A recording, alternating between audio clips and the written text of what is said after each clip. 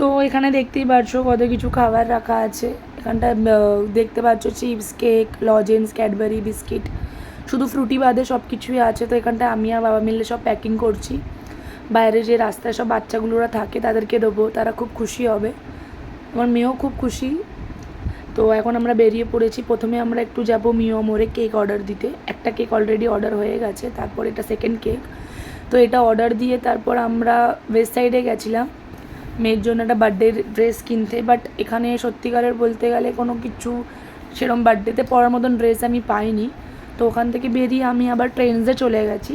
Trench থেকে যাই হোক একটা সুন্দর একটা গাউন নিয়েছি মেয়ে। তো ট্রেন্স থেকে বেরিয়ে তারপরে আমরা চলে গেছিলাম বাচ্চাদেরকে খাবারগুলো দিতে। ওরা এখানটা বাচ্চাদেরকে আমি খুঁজছি কোথায় কটা বাচ্চা আছে। তো ওরা খাবারগুলো পেয়ে খুবই খুশি হয়েছে। আমি সেই ভিডিও ক্লিপ নিইনি, কারণ এটা নেওয়াটা উচিত না।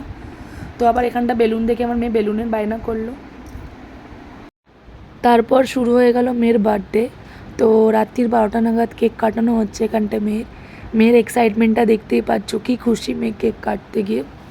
তো সবাই মিলে বেরিয়েছিলাম বাইরে মেয়ের কেক কাটানোর জন্য। তো সবাই এসেছিলো। তো কেকটা মেয়ের পিপি নিয়ে এসেছিলো মেয়ের জন্য। ও গত 2 বছর ধরেই কেক আনছে, এই যে ওর পিপি। বাইরে সবাই ছিল, ওর জেম্মা, পুষামা, এরা সবাই এসেছিলো। আমার মেয়ে খুব এক্সাইটেড, মানে মেয়ে এখন বুঝছে যে বার্থডেটা কী জিনিস। দেখতেই পাচ্ছ এখানটা পুরো কেক মুখে হাতে সব জায়গায় মাখিয়ে নিল। তো এইভাবে ওর বার্থডের দিনটা শুরু হলো, বার্থডের রাতটা শুরু হলো। এখন কালকে সারাদিন বাকি আছে।